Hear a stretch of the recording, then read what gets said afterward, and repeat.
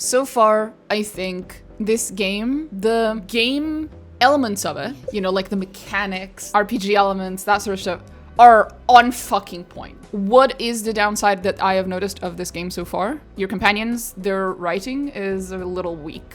And it's clearly gotten better with Baldur's Gate 3. Baldur's Gate 3, like, the more I play this game, the more I realize it's basically Divinity Original Sin 3. Like, it really is. It's so similar. It's just Divinity Original Sin 3, except in the Forgotten Realms, in Faerun. And I'm not saying that is a bad thing. Larian definitely got better at writing companions, at making them more interesting, at making them more involved in the story, right? So in Baldur's Gate 3, your companions comment a lot mid-dialogue on the things that you're doing. Apparently there's a limit. Somewhere between a nice summer's day and the full concentrated power of the sun!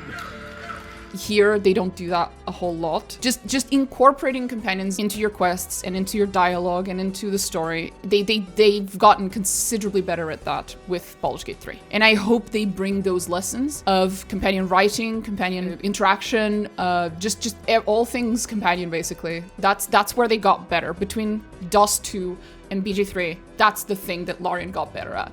I hope they bring those lessons to Divinity, the next game. I really do. Because if we could get all of the things they did right in DOS 2 and all of the things that they did right in BG3 in one beautiful new Divinity game, I'm so happy. Like, I really hope they do. I saw that Astarian's writer, he left Larian, and I think a bunch of other people also left Larian, which is normal. Like, when you have like a healthy studio, you don't get layoffs and stuff, but you do still get like people who come in for one game and then they leave. And this is normal, you know, they move on with their lives. This is not necessarily a bad thing. But from the player perspective, it's a little sad, because if you really liked whatever that writer was working on, whether it be a companion or quests or whatever, you're gonna miss them, you know? You're gonna be like, oh shit, now I'm not gonna get that particular style of writing that I liked so much in the next game from this studio. And it worries you a little bit, and I get that. But I'm optimistic, which, you know, is a rare thing in this fucking industry. 99% of videos on YouTube about video games these days are such negative opinions and negative reactions, and everything's so fucking doom and gloom. But Larian's gotten me quite optimistic. And the more I'm playing DOS 2, the more optimistic I'm getting, as I'm now really seeing a much bigger picture of what Larian is like as a studio and how they have evolved over the years. I am quite optimistic for Divinity. I hope they apply the lessons they've learned. It is funny that, you know, this whole fucking speech of mine is coming today. Earlier today, I saw an article from someone in the video game industry that I have a lot of love for and admiration. I believe his name's Tim Cain.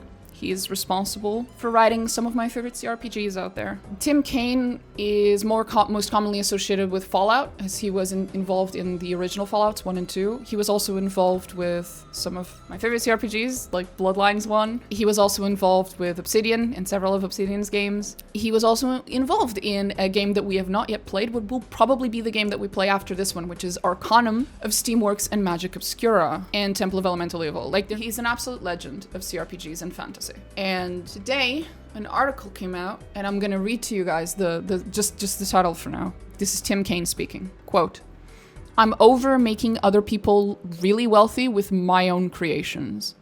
End quote. Fallout co-creator Tim Cain isn't interested in making a new IP or a sequel to one of his classic RPGs, and at this point he's exasperated with the question. Quote, "I'm still making toys and I love them and they make me happy." End quote. Tim Cain, designer and lead programmer on the original Fallout, hears a particular sort of question a lot these days. Why not make a new original RPG? Better yet, why not return to Fallout? Or make a sequel to one of his other classic games like Arcanum, Temple of Elemental Evil?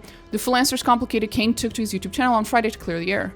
Granted, Cain has been prolific since the 90s, while the development studio he co-founded, Troika, stopped making games after Vampire the Masquerade Bloodlines. Cain went on to work on games like the now-defunct MMO WildStar and multiple Obsidian RPGs, including Outer Worlds. Cain said in his video that fans are ever eager to know when he might helm a new RPG in his classic style. Quote, "I love making games, so it really confuses people when they're like, why are you not making new games, new IPs?" And he said in the video, "Other people have made way more money off of IPs I've created than I've ever made. It's not even by a little, it's by a lot. The IPs that I made years ago, people who just work on them in a team make more money than I got to even create the IP." This news, this quote, this article, this video that he made and stuff, this announcement from him is just Made me really, really sad. I feel for him. He's right. I have seen this happen. Like, I can't speak for other people, but one of the things that I really, really, really like about Dragon Age was the setting. The thing that made Dragon Age so unique compared to other similar RPGs, fantasy RPGs, is that the setting of Dragon Age, it's not just that it's dark and whatever, right? It's really interesting. The politics of that game, the fucking questions of like, how do you deal with the mages and the threat that they pose to other people? How do you deal with like the humanity or the personhood of the spirits and the veil and all these things? How do you deal with all of this in a realistic way, not just in a bullshit magic way, right?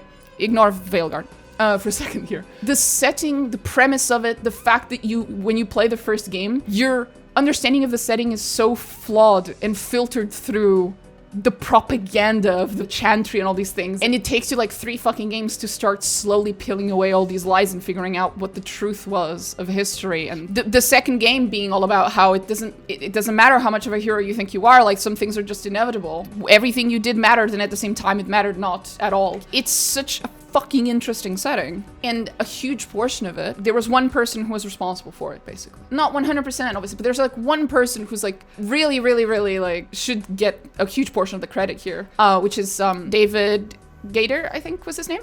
He hasn't even been with BioWare for quite a while, and he is the person who was responsible for writing the original story of Dragon Age, including even after he left BioWare. Every Dragon Age game that was made after was still following his original giant Google Doc Bible that he wrote, basically, that outlined the full truth of the story of Dragon Age and of Thedas. And yet, he oftentimes doesn't even get the credit for it. Let's not even talk about the money like Tim Cain mentioned. He doesn't even fucking get the credit for it. In fact, there's a huge portion of the community that absolutely despises the man. And it feels really fucking bad. It just feels really bad to be in that situation. And then what David Gaither did about it was that he left, and I think he started his own studio. And I want to say the same thing to Tim Cain. I want to say, Tim Cain, you should leave and start your own studio, because the only way that you're ever going to have the control over the IP, these wonderful IPs that you create, and be able to make money off of them is if you start your own studio. Realistically, it's if you start your own studio. Ideally, you should be able to just work as a consultant for these companies and then have a contract that allows you to get like a percent, like royalties or something, right? Like a percentage or whatever. But the truth is that because that is non-standard in the industry, very few companies will be willing to agree to such a contract, even though they would probably benefit a lot from it, and so would you. It's just not standard. So unfortunately, I think realistically, the easiest way that Tim Cain could get what he wants, it would be that he has to start his own studio, make his own IP, and then he gets, all that he wants. But the problem is I can't even really say that because he already did that. It was Troika, responsible for Bloodlines 1. Remember? And it didn't end well. Now, I don't recall why it didn't end well. And I think that whatever he learned from that, he should try again. I think that Tim Cain is a fucking legend of this goddamn industry, and he has enough experience that he should try again. It's worth it. I can understand why someone in his position might look back and say that it's not worth trying this again. I already did and it failed, and the games industry it's complicated, it's messy, it's immature industry in a lot of ways. Not because the people are mature, the industry itself is mature, like it's young. Even though it's not actually young, it is. It acts as if it was, and has a lot of problems. Oh well, nonetheless, that was the thing that I saw this morning, and that made me a little sad, and trying to stay optimistic. And Larian and, curiously enough, Obsidian have been 2 studios that have been a source of great optimism for me. And more recently, Digital Extremes, the guys behind Warframe, have also been a source of optimism for me. But we will see. We will see.